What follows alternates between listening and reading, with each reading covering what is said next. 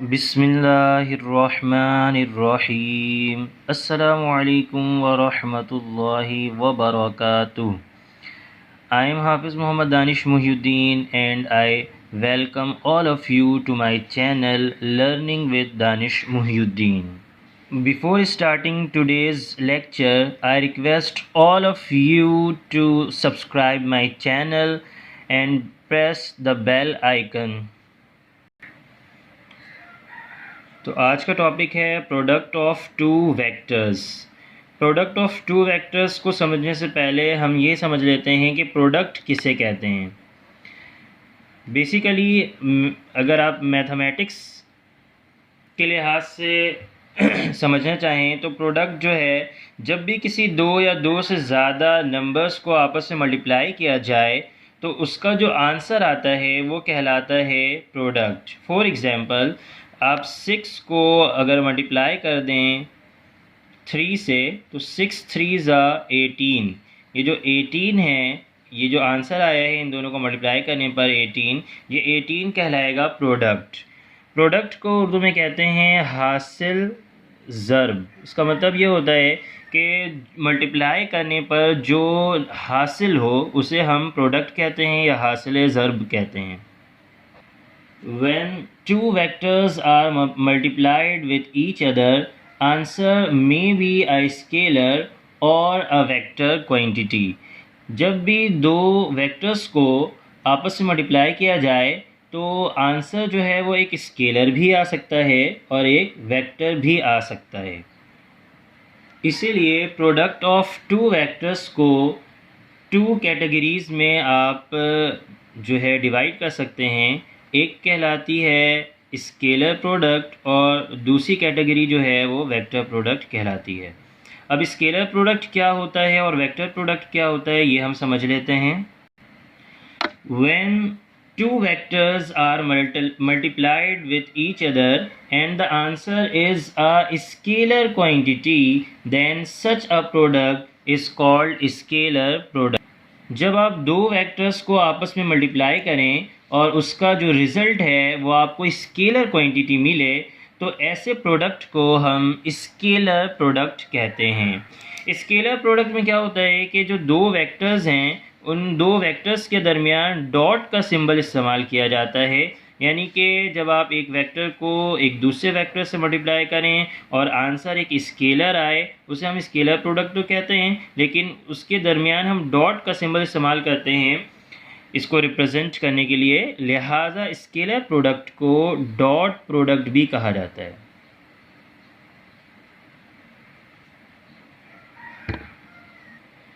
Vector product की example की तरफ आते हैं। The product of force and displacement vectors is work done. जब आप फोर्स वेक्टर को डिस्प्लेसमेंट वेक्टर से मल्टीप्लाई करते हैं तो आंसर जो है वो वर्क डन आता है और वर्क डन एक स्केलर क्वांटिटी है, जबकि फोर्स और डिस्प्लेसमेंट्स जो हैं ये दोनों वेक्टर क्वांटिटी है। जब हम इन दोनों का डॉट प्रोडक्ट या स्केलर प्रोडक्ट लेते हैं तो आंसर में नतीजे में हमें एक स्केलर क्वांटिटी मिलती है जो कि वर्क डन है। सेकेंड एग्जांपल है product of force F and velocity V is power P।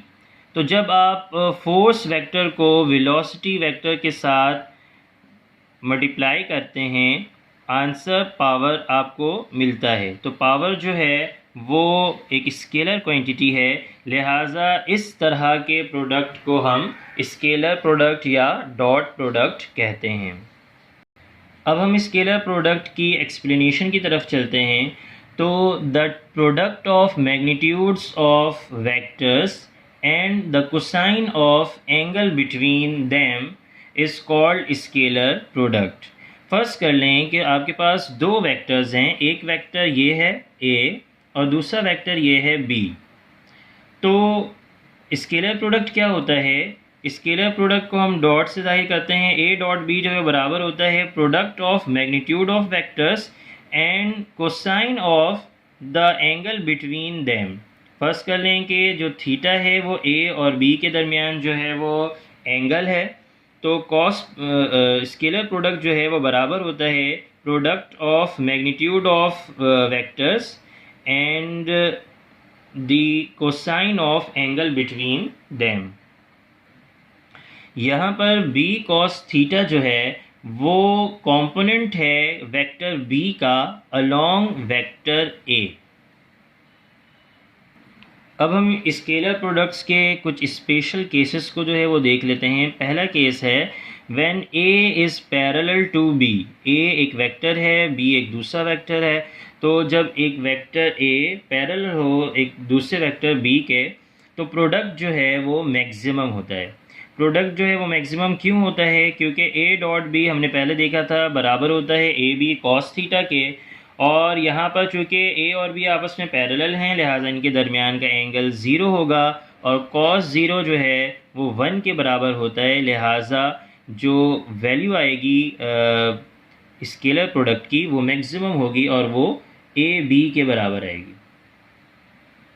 Second के केस है जब a और b आपस में ओपोजिट हों डायरेक्शन के लिहाज से, तो प्रोडक्ट जो है वो हमें नेगेटिव मिलेगा। अब हम इसको उसी फार्मूले में पुट करेंगे a dot b is equal to a b cos theta. चूँकि ये a और b अपोजिट डायरेक्शन में है, इसका मतलब है कि इन दोनों के दरमियान जो एंगल है वो 180 डिग्रीज़ का है।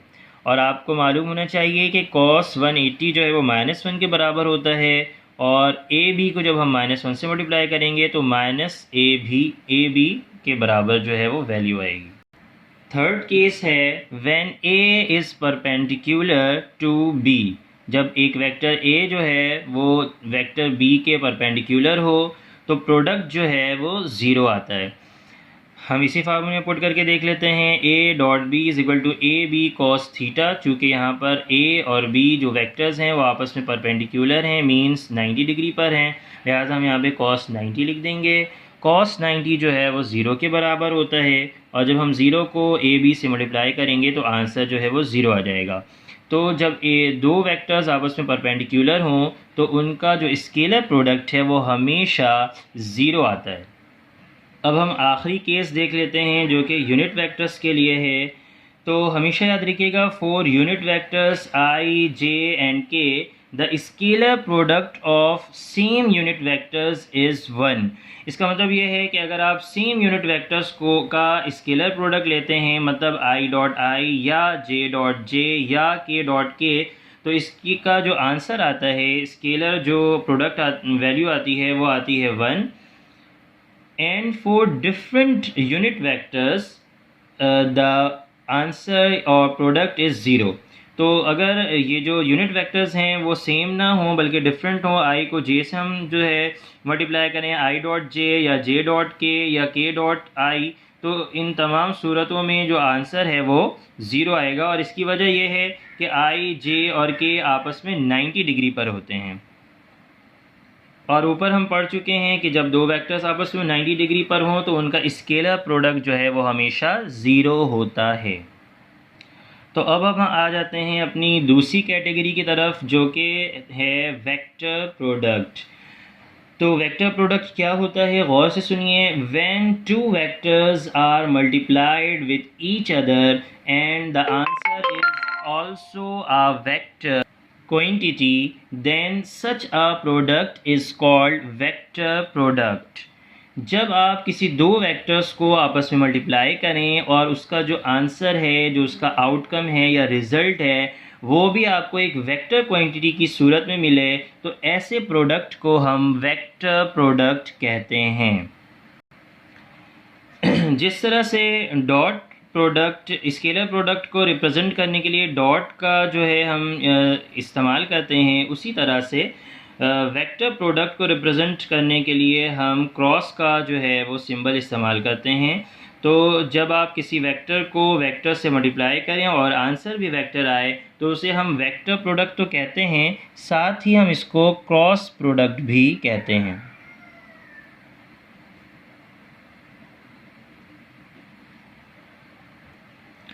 अब हम वेक्टर प्रोडक्ट्स की जो है वो एग्जांपल देख लेते हैं। तो पहली एग्जांपल क्या है कि when the product of position vector of force and force vector is torque. इसका मतलब क्या है कि जब आप पोजीशन वेक्टर r को फोर्स वेक्टर f के साथ मल्टीप्लाई करें और आंसर जो है वो आपको टॉर्क की सूरत में हासिल हो, टॉर्क जो है वो ख़ुद एक वेक्टर है, तो ऐसे प्रोडक्ट को हम जो है वेक्टर प्रोडक्ट कहते हैं। Similarly the product of angular velocity omega and radius vector r is tangential velocity. तो जब आप एंगुलर वेलोसिटी को जो है रेडियस वेक्टर के साथ मल्टीप्लाई करते हैं तो आपको आंसर जो है वो टेंजेंशियल वेलोसिटी की सूरत में मिलता है, और टेंजेंशियल वेलोसिटी भी एक वेक्टर क्वांटिटी है, लिहाजा इस तरह के प्रोडक्ट को हम क्रॉस प्रोडक्ट या वेक्टर प्रोडक्ट कहते हैं। अब हम एक्सप्लेनेशन की तरफ आ जाते हैं। जो वेक्टर प्रोडक्ट है उसकी एक्सप्लेनेशन क्या है। फ़र्ज़ कर लें कि दो वेक्टर्स हैं a और b, और इनको हम जो है आपस में वेक्टर प्रोडक्ट जो है के तहत मल्टीप्लाई कर रहे हैं। तो अब यहाँ पर आप देख सकते हैं कि जो c है वो एक नया वेक्टर है जो कि वेक्टर a और b से परपेंडिकुलर होता है। फ़र्ज़ कर लें कि वेक्टर a और b जो है वो किसी एक प्लेन पर मौजूद हैं, तो जो आपको नया वेक्टर या जो इन दोनों का जो प्रोडक्ट वेक्टर हासिल होता है वो इस प्लेन के परपेंडिकुलर हासिल होता है। अब जिस तरह से मैंने आपको बताया था कि a डॉट b जो है वो a b cos थीटा के बराबर होता है, सिमिलरली a क्रॉस b जो है वो बराबर होता है a b sin theta into unit vector. अब ये जो यूनिट वेक्टर है उसकी डायरेक्शंस जो हैं वो दो डिफरेंट डायरेक्शंस हो सकती हैं, और इसकी डायरेक्शन को मालूम करने के लिए right hand rule for cross product का इस्तेमाल किया जाता है।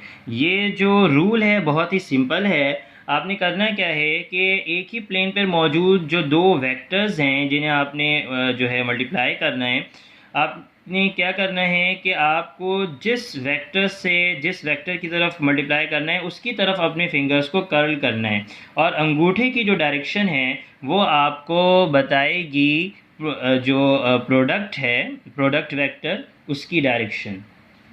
तो जब आप A से B की तरफ जाएंगे तो जो डायरेक्शन होगी C की वो अपवर्ड होगी। सिमिलरली जब आप B से A की तरफ आएंगे तो जो डायरेक्शन है वो डाउनवर्ड हो जाएगी। तो इससे हमें मालूम हुआ कि जब हम A को B के साथ जो है मल्टीप्लाई करते हैं, यानी कि A क्रॉस B जो है वो लेते हैं, तो हमारा आंसर जो है वो आता है a b साइन थीटा, और यूनिट वेक्टर जो है वो पॉजिटिव होगा। लेकिन जब हम b को a से जो है वो क्रॉस प्रोडक्ट करवाते हैं तो b क्रॉस a जब हम लेते हैं तो हमारे पास जो आंसर आता है वो ये आता है कि a b साइन थीटा, लेकिन जो यूनिट वेक्टर है वो आप देख सकते हैं कि नीचे की तरफ है, तो इसके साथ जो है वो नेगेटिव लग जाता है। या आप ये कह लें कि a cross b is equal to a b sine theta और b cross a is equal to negative of a b sine theta. तो इसलिए आप कह सकते हैं कि a cross b is equal to negative of b cross a।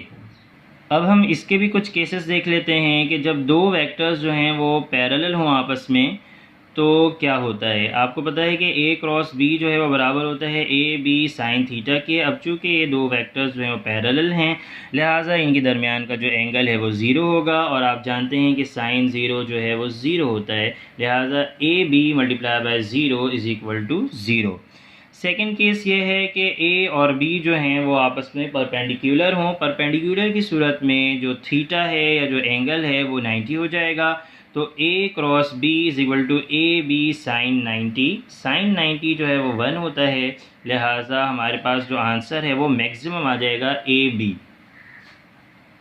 अब third case की तरफ चलते हैं जो कि यूनिट वेक्टर के लिए है।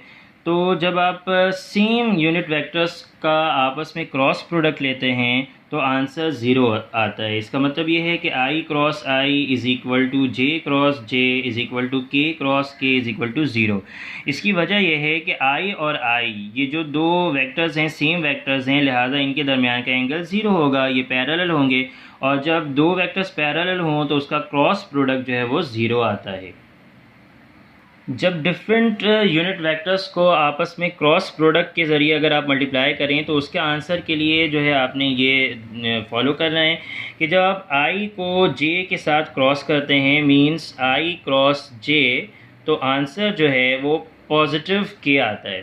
तो ये जो डायरेक्शन दिखाई गई है, अगर आप इस डायरेक्शन के मुताबिक चल रहे हैं तो आंसर पॉजिटिव आएगा, और अगर आप अपोजिट चल रहे हैं तो आंसर नेगेटिव आएगा। मसलन कि जब आपको j को i के साथ क्रॉस करना है यानी कि j क्रॉस i, तो आपने यहाँ पे क्या किया कि डायरेक्शन अपोजिट की, तो आंसर आएगा तो k लेकिन नेगेटिव। सिमिलरली जब आप j क्रॉस k करेंगे तो आंसर i आएगा, और जब आप k क्रॉस j करेंगे तो आंसर माइनस i आएगा। इसी तरह से k cross i is equal to positive j and i cross k is equal to negative j। अगर आप स्केलर्स और वेक्टर्स के बारे में जानना चाहते हैं तो डिस्क्रिप्शन में दी गई लिंक के ज़रिए आप मेरी प्रीवियस वीडियो को मुलाहिज़ा करें। इस लेक्चर में इतना ही। अगले लेक्चर में मज़ीद इंटरेस्टिंग टॉपिक्स के साथ हाज़िर होंगे। तब तक के लिए अल्लाह हाफ़िज़।